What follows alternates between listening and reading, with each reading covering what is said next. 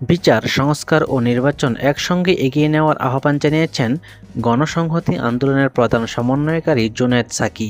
অন্তর্বর্তী সরকারের উদ্দেশ্যে তিনি বলেন, মবতন্ত্রের মাধ্যমে যে হামলা হচ্ছে তা বন্ধ করুন।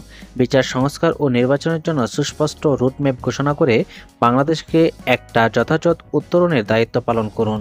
জনগণের মধ্যে অনৈক্য সৃষ্টি হয় এরকম কোনো তৎপরতা চালিয়ে নিজেদের মর্যাদা ক্ষুণ্ণ করবেন না। আর শুক্রবার সকাল 11টায় জাতীয় প্রেসক্লাবের সামনে ফারাক্কা লং মার্চের 50 বছর উপলক্ষে ভারতের নদী অগ্রাসন প্রতিরোধ করুন, অভিন্ন নদীর পানির ন্যায্য হিজ্জা আদায়ে ঐক্যবদ্ধ হন শীর্ষক সমাবেশে সভাপতির বক্তব্যে এসব কথা বলেন তিনি। জুনায়েদ সাকি বলেন, বর্তমান বাংলাদেশকে গড়তে হলে নতুন রাজনৈতিক বন্দোবস্ত যথার্থভাবেই গণমানুষের জন্য হতে হবে। বর্তমান সংকটগুলোতে অন্তর্বর্তী সরকারের কাজ হলো সব পক্ষের সঙ্গে আলোচনা করে তা সমাধান করা।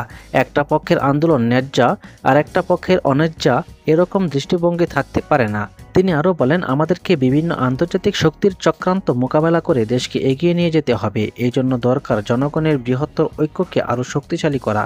চট্টগ্রাম বন্দরসহ যে কোনো আন্তর্জাতিক বিষয়ে সিদ্ধান্ত গ্রহণের জন্য সকল পক্ষের সঙ্গে আলোচনা করা।